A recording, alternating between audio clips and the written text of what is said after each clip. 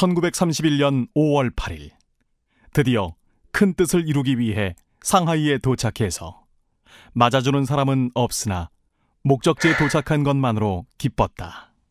도착하자마자 대한교민회를 찾아가 신고하고 백범 김구를 만난다.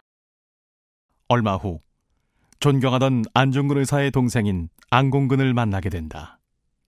안공근은 안중근 의사 순국 후 만주와 연해주에서 활동하다가 상하이에 임시정부 수립 후 그 소식을 듣고 상하이로 와서 임시정부에 합류하였다. 윤봉길은 그간 예산 실향리에서 계몽운동을 하다가 청도를 거쳐 상하이까지 오게 된 이야기를 하게 되고, 이를 들은 안공근은 감탄한다. 이런 상하이 땅에서 윤동지 같은 의가 거둔 젊은이를 만나게 되다니 볼수록 믿음직스럽기만 하군요. 과찬의 말씀입니다. 아직 이렇다 할 일도 해낸 것이 없습니다.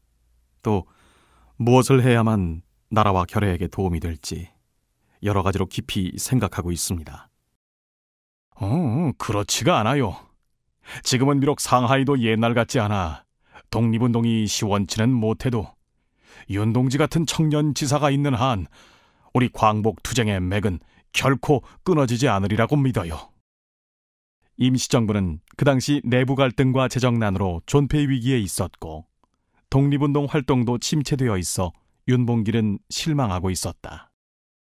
윤봉길은 우선 생계 해결을 위해 인삼장사를 시작한다. 하지만 과묵하고 무뚝뚝하여 고객들의 마음을 사지 못해 몇 달 만에 그만두고 말았다. 안공근의 소개로 윤봉길은 교포실업가인 박진이 운영하는 말총머리 모자 공장인 미리공사에 직공이 된다. 직공 생활을 하면서도 미국으로 건너가 독립운동의 기본 지식을 공부하기 위해 하루 5시간 수면 습관을 지키는 윤봉길이었다. 윤봉길은 동생 남의에게 보낸 편지에서 고달픈 이 몸 회상컨대 밤새 달을 보며 걸은 날이 몇 번이고 구름을 보면서 잠을 잔 날이 몇 번이던가.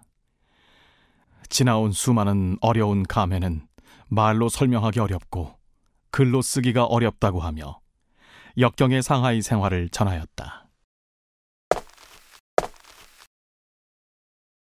안 선생님 덕분에 숙식도 해결되고 일자리까지 잡았지만 앞날을 생각하니 마음이 답답할 뿐입니다. 조국 독립을 위해 보람있는 일을 해보자고 이곳 상하이까지 왔는데 의식주가 좀 편하다고 생활에 안주하는 것이 무슨 죄를 짓는 것 같습니다. 윤동지, 서두르지 말고 초조해하지 말고 때를 기다려 봅시다. 반드시 좋은 기회가 도래할 것입니다. 뜻이 있는데 왜 길이 안 열리겠습니까?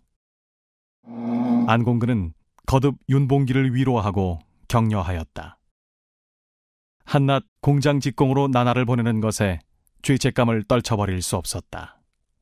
한편 윤봉길은 직공들이 지적 수준이 낮고 자제력이 부족하여 서로 자주 다투는 것을 보고 미리공사 직공들을 규합하여 직공 친목회를 조직한다.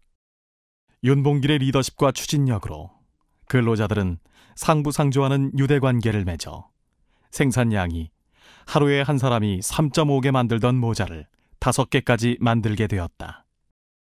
하지만 윤봉길은 생산이 늘었음에도 오히려 임금을 삭감하여 직원을 착취하는 공장주에 항의하다가 사직하게 된다. 미리공사를 사직한 윤봉길은 중국인 세탁소에서 외무원으로 일하기도 했다. 그 무렵 상하이는 1932년 1월 28일 일본의 침공으로 일본과 중국 간에 연일 치열한 전투가 벌어지고 있었다. 윤봉길이 어머니께 보낸 편지에서 비행기 소리는 우르릉, 대포 소리는 꽝꽝, 기관총 소리는 호도독 호도독이라고 전시 상황을 전하였다. 얼마 후 윤봉길은 야채와 밀가루 상을 하며 중일 전황과 일군의 동태와 시대 상황을 살폈다. 결국 상하이 침공은 일본의 승리로 끝이 나게 되고 얼마 후 윤봉길은 상해 일일 신문을 보고 곧 일왕생일 행사 겸 상하이 침공 승전 축하 행사가 있음을 알고 거사를 결심한다. 백범 김구를 찾아가 목숨을 바칠 결심을 의논한 후 거사를 진행하기로 하고 거사에 사용할 폭탄은 백범 김구가 준비해 주기로 한다.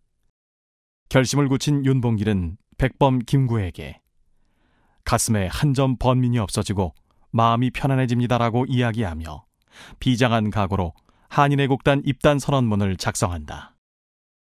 나는 적성으로서 조국의 독립과 자유를 회복하기 위하여 한인애국단의 일원이 되어 중국을 침략하는 적의 장교를 도륙하기로 맹서하나이다. 홍커우 공원을 답사하고 신공원에서 답청하며라는 명시를 남겼다. 일본의 상하이 침공 총사령관인 시라카와의 사진을 구입한다. 백범 김구는 무거운 마음으로 윤봉길에게 남길 말이 있으면 작성해보라고 한다. 윤봉길은 고귀한 생명을 바쳐 조국을 구한다는 비장한 결의로 자필 이력서와 두 아들에게 보내는 유촉시 등을 남겼다.